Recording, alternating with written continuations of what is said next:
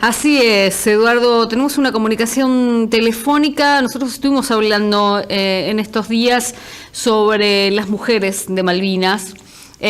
Cuando lo tuvimos a Miguel hablamos sobre ese tema, lo trajimos a colación además cuando vimos en los diarios a nivel nacional que se estaba hablando de Mujeres Invisibles, que es el libro de Alicia Panero, que habla sobre las mujeres de Malvinas, enfermeras. Sí, personal civil. Sí, instrumentadoras quirúrgicas, ¿no? Mujeres que han sido justamente invisibilizadas durante estos 33 años. Con la autora del libro Mujeres Invisibles, Alicia Panero, a quien le vamos a dar los muy buenos días. Fernanda Rossi, Eduardo Smoris la saludan. ¿Cómo le va? Hola, ¿cómo les va? Mucho gusto. Mucho gusto también para nosotros, Alicia, un placer tenerla en este momento y un día como hoy, por sobre todas las cosas. Alicia, ¿cómo surgió la idea de empezar a rescatar del olvido a esas mujeres de Malvinas? Bueno, esto surge desde mi propio desconocimiento, de que trabajando en una institución militar y perteneciendo por estar casada con un militar desde hace 30 años a una institución que tuvo veteranas, lo desconocía completamente. Incluso habiendo vivido en la Patagonia 12 años, nunca me vinculé con la guerra por el lado de las mujeres. He asistido a todas las vigilias de las noches del 1 de abril mientras viví en Comodoro Rivadavia y jamás oí mencionar la labor de una mujer. Claro. Cuando trabajando en una cátedra de investigación y metodología se decidió trabajar sobre las mujeres de la guerra. Las mujeres eran las viudas, las madres, que son mujeres de la guerra, Claro. Pero descubrimos que había otras que no las conocía nadie, que la dictadura las ocultó, como se ocultó todo lo que tuvo que ver con la guerra, y que los sucesivos gobiernos democráticos no las rescataron porque sus propias instituciones nunca las rescataron. Hay muchas en distintos ámbitos. Yo trabajé con todas, con las enfermeras, con las madres, con las voluntarias del Hospital Regional de Comodoro Rivadavia, con las chicas que organizaron la defensa civil de la ciudad, que ustedes lo habrán vivido también, el tema de los operativos de oscurecimiento, las amenazas de bombardeo. En esas situaciones también hubo mujeres involucradas en todas las ciudades de la costa patagónica. Yo me aboqué principalmente a Comodoro porque fue el lugar donde viví. Y nunca nadie se había tomado el trabajo. Simplemente creo que ha sido eso, que nunca nadie puso la mirada en qué estaban haciendo las mujeres durante la guerra. El nombre femenino que se nos ocurría a todos era el de Margaret Thatcher. Claro. Sin mirar para el lado nuestro, a ver si había alguna mujer que estuviera involucrada en la guerra. Y hubo muchas. En el buque hospital Almirante Irizar hubo 7 voluntarias pertenecientes al ejército, y digo voluntarias porque esas eran empleadas civiles, enfermeras, instrumentadoras quirúrgicas que se ofrecieron voluntariamente para ir a la guerra. Estuvieron embarcadas en la zona de conflicto en el mes de junio y son las únicas veteranas, junto con las de la Marina Mercante, que hay al menos 4 de las que yo pude averiguar, que también estuvieron embarcadas en la zona de conflicto, que cobran su pensión, tienen su medalla de veteranos, pero que tampoco las conoce nadie, lo que nos demuestra que ser veterano no pasa por cobrar una pensión del Estado, sino por el reconocimiento institucional, social y de los gobiernos, ¿no? Alicia, la ciudad de Comodoro Rivadavia, sí. Sí, disculpa, Eduardo Smoris te saluda. ¿Por dónde Hola, opinás? mucho gusto. ¿Por dónde opinás vos que pasó la vergüenza de la dictadura militar de no darlas a conocer? O sea, a raíz de tu investigación y de este libro ya que es una realidad y olvídate que lo vamos a estar encargando acá en Río Grande, no solo nosotros, sino toda la gente que nos está Lo escuchando. pueden bajar gratis Sí. en formato PDF. Además. Así que bájenlo. Te lo recomiendo. Bien, pero escúchame, ¿por dónde pensás vos que pasa esta vergüenza de no querer dar a conocer a estas mujeres? Yo creo que se originó en la dictadura, que se ocultó todo lo que tuvo que ver con la guerra. Sabemos que los soldados nadie los vio volver, o si los vimos volver fue escondido. Y lo que tuvo que ver con la guerra hubo como órdenes, digamos, no no escritas, pero sí verbales, de no hablar de la guerra. Las instituciones militares hace 33 años eran instituciones mucho más machistas de lo que son ahora, que han evolucionado bastante. El trato con las mujeres era muy distante, y yo creo que se las ocultó, como se ocultó a todo lo que tuvo que ver con la guerra, y cuando se reinician los procesos de malvinización y de reconstrucción de la historia, ellas quedaron simplemente fuera de ese proceso de reconstrucción de la memoria, porque nadie se dio cuenta, o porque yo creo, desde lo profundo de haber hablado mucho con ellas, que ellas han sido las que vieron en las condiciones en que volvían los soldados. Y eso dice mucho, porque reconfirma muchas teorías y muchas experiencias contadas por los veteranos de que la logística de la distribución del abrigo y de la comida no fue la óptima. Muchos volvieron desnutridos, deshidratados, con signos de congelamiento, con heridas provocadas por el frío, de haber estado días enteros en una trinchera húmeda, y ellas fueron quienes los recibieron. Y creo que tiene que ver un poco con eso, con tapar cómo volvieron los soldados, y se las ocultó a ellas, ¿no?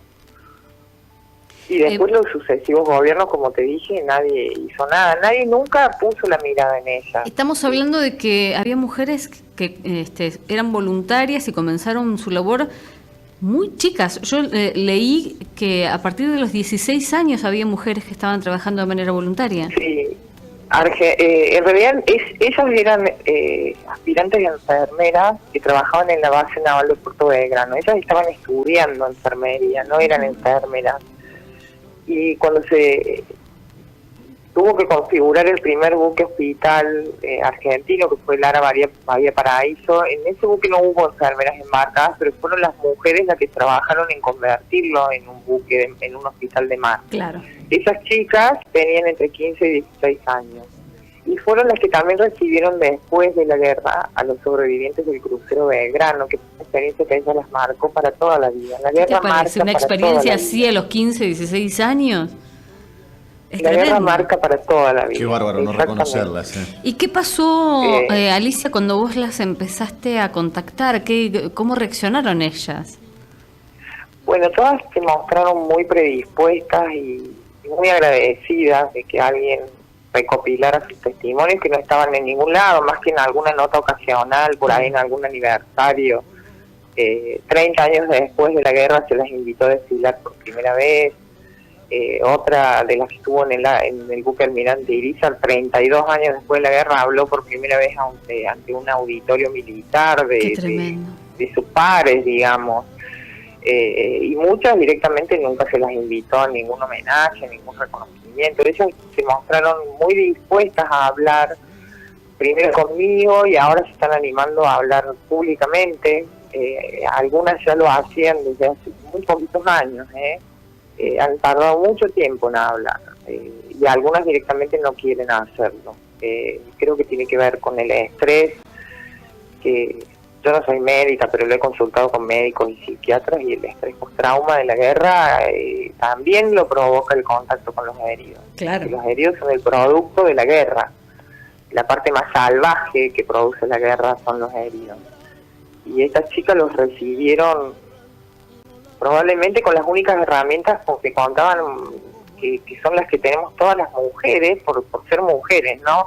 Por ser mejores y peores que los hombres. Son herramientas inherentes a nuestro género, que tienen que ver con la contención, con el abrigo, con darles un té caliente, con ayudarlos a llamar por teléfono a su casa y avisar que están vivos. Son cosas muy fuertes las que vivieron, y que las marcaron, como te digo, para toda la vida. Ellas no conciben su vida separada de lo que fue Malvinas, y tienen como un dolor profundo por esa falta de reconocimiento. Y hay una plaza, si vos te pones a pensar, ni una calle, ni un aula, ni una sala de un hospital, ni siquiera en los hospitales donde ellas trabajaron, que lleve el nombre, no te digo personalizado de una de ellas, pero mujeres de Malvinas, claro, enfermeras de Malvinas, que las inmortalice, que las reconozca.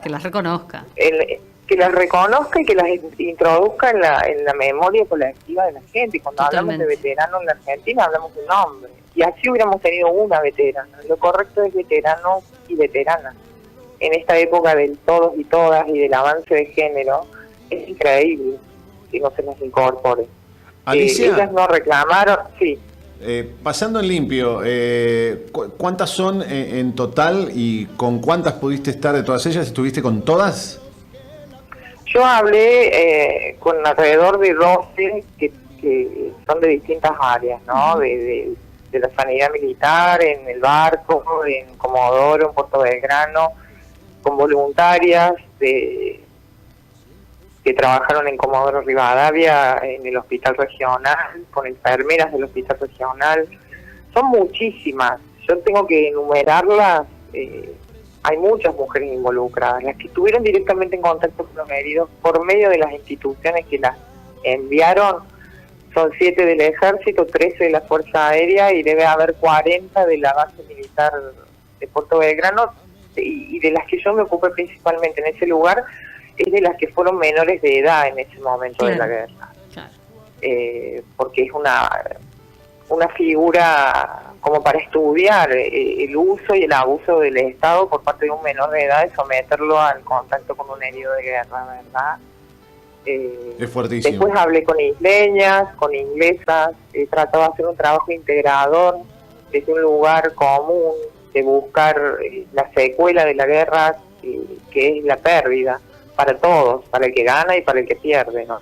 Totalmente. Y las isleñas se han mostrado también muy dispuestas a aportar sus historias, para aportar al diálogo, porque es el único camino posible de llegar a una recuperación. Yo no hago planteos políticos en mi libro ni de soberanía, porque considero indiscutible la soberanía argentina, indudable, y desde ese lugar he hablado y abordado a las británicas y a las isleñas y me han comprendido, y me han recibido y me han enviado sus materiales, y he podido descubrir historias que yo desconocía, como que en Puerto Argentino murieron, las únicas 3 mujeres que murieron en la guerra, murieron en un bombardeo en Puerto Argentino por su propio fuego, lo que se llama en la guerra el fuego amigo, por un error de cálculo que hizo el que manejaba el sistema de armas del barco, pero son víctimas civiles de la guerra, las únicas 3, y mujeres.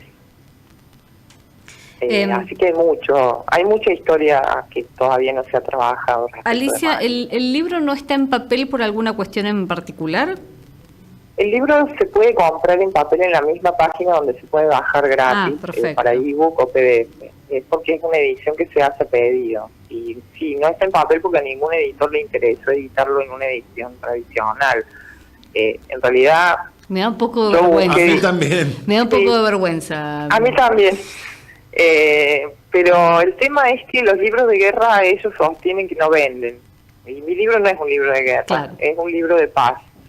Y que descubre y aporta, y sin soberbia lo digo a esto, aporta muchísimo a la reconstrucción de la historia. El patrimonio intangible es algo que los historiadores trabajamos mucho hoy, porque son las voces que se pierden, porque la gente se nos va yendo, como se nos van yendo veteranos, van yendo enfermeras, por ejemplo, una que hubo en un buque mercante, Lara Bahía San Blas, murió en el 2004 sin que la gente conozca su historia. Entonces, es importante plasmarlo. Es el primer libro, además, que tanto en el Reino Unido como Argentina habla de las mujeres en la guerra. Nunca se escribió un libro como este, y hay más de 200 libros editados, publicados y vendidos. Sobre la guerra de Malvinas debe haber más de 500. Claro. Editados y vendidos tradicionalmente hay cerca de 200 en ambos idiomas. Que hablen de las mujeres, solamente el de una enfermera, la jefa de enfermeras del buque hospital inglés, que cuenta en su libro Nave Blanca, Cruces Rojas, la experiencia en la sanidad de combate, desde la tarea humanitaria de la enfermera de guerra, pero nada más. Es un libro importante para la sanidad militar, pero después de eso nadie hizo más nada. Y bueno, a los editores, como te decía, no les interesó porque la guerra no vende. ¿Y no tuviste tampoco apoyo desde el Estado, o quizás no lo buscaste, no te interesó, digo, pero apoyo desde el Estado? Sí lo busqué, sí, pero no hay... yo siento que no hay voluntad para cosas que no traen rédito político. por ahí, puede ser eso. Yo presenté 2 proyectos en el Ministerio de Cultura de la Nación y en los museos de Malvinas para que se coloquen las fotos de las mujeres.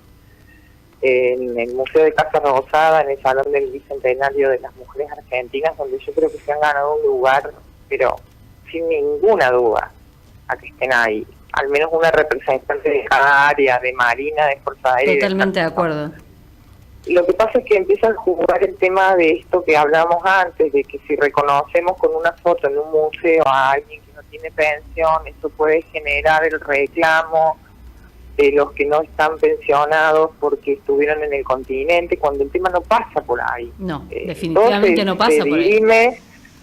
Se dirime en esa área con los gobiernos, ¿no? No hablo solamente de gobierno nacional, hablo de gobiernos provinciales, claro, municipales. Lo que ellos temen es que le venga una banda de reclamos de dinero porque reconozcan en una foto, en un museo. Tenemos 2 museos de Malvinas espectaculares, uno que está en Tecnópolis y otro que está en la ex ESMA, y no hay nada que hable de las mujeres. O sea, hay una foto de las que estuvieron embarcadas o que son las que cobran pensión. Es como que si no cobras pensión, no exististe en la guerra. ¿Cómo hicieron estas mujeres es muy doloroso. ¿Qué te parece? Alicia, Tremendo. ¿cómo hicieron estas mujeres, más allá de que vos las viste, las semblanteaste, las entrevistaste, para reinsertarse, para rehacer su vida? O sea, obviamente eran muy chicas, no era fácil. ¿Cómo las viste, más allá del dolor? ¿Pudieron seguir no adelante? ninguna... ¿De qué manera? Y la mayoría salió adelante, muchos les costó mucho. Hubo algunas que sufrieron abusos dentro de la institución, o acosos o amenazas, de que eso a los 16 años, imagínate, después de haber pasado por la atención a heridos de guerra. Tengo un caso de una chica que estuvo, se hizo adicta al alcohol, se recuperó muchos años después, hace 5 años que ya está sana. Y todo tiene que ver con aquello que le pasó cuando era chica, porque primero cuando ella contaba lo que le había pasado le decían que estaba loca, y cuando empezó a tomar le decían que era una borracha y nunca le creyó nadie, nunca le ayudó nadie. Ella de ninguna fuerza recibió contención psicológica ni ayuda cuando volvieron de la guerra, estando dentro de unidades militares, ¿no? Como no la recibieron los veteranos tampoco, eso es una realidad. Hoy están bien, están sosteniendo la causa de la visibilización, que a muchas es lo que las sostiene. Una de ellas empezó a hablar 28 años después de la guerra, cuando tuvo un accidente cerebrovascular, y recuperándose y haciendo terapia, le dijo a su terapeuta: lo estoy pasando peor que en la guerra. Y el terapeuta le dijo: ¿qué guerra?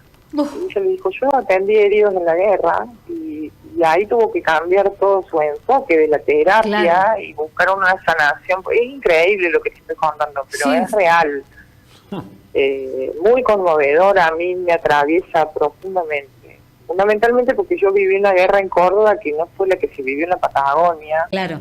Y que cuando uno se adentra en esas historias y comprueba lo que vivieron tanto hombres como mujeres, yo me ocupo particularmente de las mujeres sin desconocer la enorme gesta de los hombres, ¿no? Porque por ahí algunos se molestan porque creen que uno busca hacer que ellos no brillen más, y esto se trata de integrar, al inconsciente colectivo, de integrar la palabra veterana, y nadie puede negar el accionar de los veteranos. ¿Dónde estabas, Alicia? Yo me he vinculado... ¿En el 82 dónde estabas? En Córdoba. En Córdoba. Y recién dijiste, yo viví una guerra distinta. ¿Cómo se vivió? Y porque en Córdoba la guerra se vivió en la tele, en la radio, estábamos ganando. Yo tuve la suerte de tener un padre muy realista que el 2 de abril nos juntó todo y nos dijo: nada para festejar, nadie sale a festejar nada. Y yo viví esos días de la guerra como viendo de otro color todo, pero no tuve ningún vínculo, ningún hermano, ningún amigo, nadie que se hubiera ido a la guerra. Entonces para mí la guerra fue nada, una tragedia que yo creo que sigue paralela a la historia argentina, que es una tragedia que no se integró nunca por completo a la historia argentina. Las instituciones militares imparten muy poco contenido, salvo los sistemas de armas que se usaron, pero abordar el lado humano de la guerra no se hace desde ningún lado. Y lo que yo descubrí es que es eso, que la diferencia entre la guerra que yo viví en Córdoba y la que vivieron chicas de mi misma edad en la Patagonia, que tuvieron miedo, que tuvieron que trabajar, que se tuvieron que ocultar, que se tuvieron que refugiar, cosas que a la gente al norte del paralelo 42 no nos pasó nunca, ni lo sabíamos en el momento de la guerra. Yo estaba en quinto año de secundario preparando mi viaje de egreso a Bariloche. Mis amigas que hoy viven en Comodoro y tenían mi edad durante la guerra, oscurecían sus casas, compraban velas, víveres, se escondían en los refugios cuando había alarmas de bombardeo.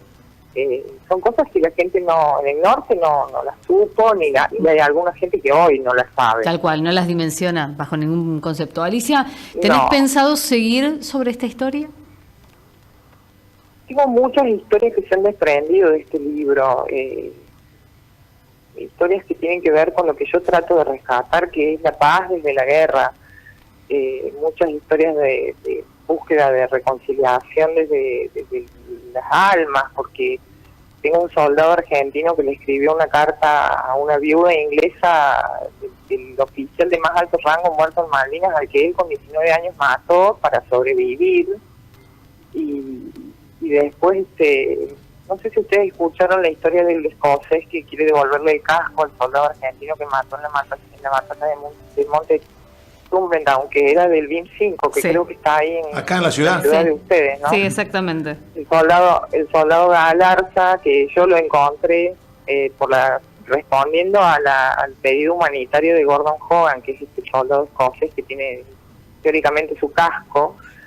Y es una historia que tengo ahí pendiente con esa familia Galarza, porque una vez que descubrimos quién era el soldado al que el escocés había matado, vino una réplica del lado británico muy fuerte, de que no era verdad, de que el tipo está loco, de que sufre estrés post-trauma, porque ellos no quieren este tipo de... No quieren desde las instituciones, no desde las personas. No quieren la reconciliación, no quieren nada. No quieren que se sepan cosas que no deben saberse. Y por ahí este hombre tuvo que, para demostrar que su historia era verdad, tuvo que contar cosas del combate que no debió contar. Y eso es lo que enoja mucho a los escoceses. Y el Reino Unido, a nivel gobierno, nunca negó su historia. Nunca me dijo, sí, es mentira, ese casco no es Galarza. Nunca lo negaron. Claro. Pero sí él recibió mucha presión para dejar de hablar.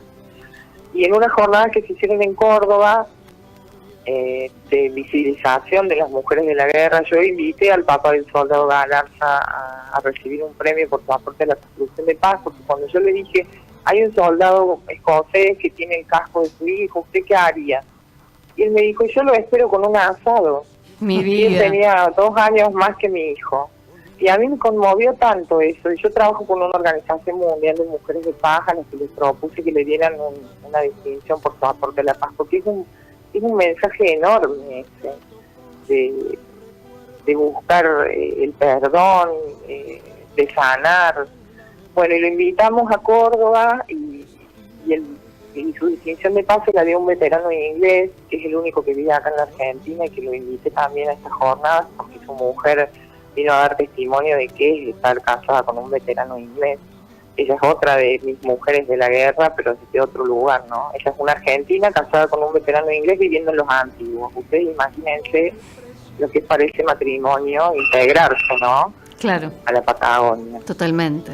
Y bueno, fue una historia, la verdad, que muy linda. Así que bueno, estoy tratando de ir cerrando eso y seguir con una segunda parte de las esposas de los veteranos que hoy los acompañan, ¿no? Bueno, nosotros vamos a esperar muy ansiosos esa segunda parte, Alicia. Bueno. Hoy te agradecemos muchísimo que nos hayas atendido desde tan lejos. A ustedes. Fue un placer hablar con vos y le recomendamos, por supuesto, a todos nuestros oyentes que se bajen el libro y aquel que pueda también que lo pida, así se lo mandan en papel. Bueno, muchas gracias, un gusto hablar con ustedes. Muchas gracias, Alicia. Hasta luego. Hasta luego. Bueno, hablábamos con Qué Alicia historia, Panero, autora de Mujeres Invisibles. Es muy fácil bajarse el libro. Es más, por ahí, en vez de yo darle todo el camino que tienen que hacer, entran a Google, buscan Mujeres Invisibles, les va a aparecer uno de los links, entran y lo bajan a su computadora, lo van a poder leer en tablet, en la computadora de escritorio, en la notebook, donde sea. Y si tienen, si pueden, si les sobra un pesito, lo pueden pedir en papel y es un muy buen libro para tener en la biblioteca.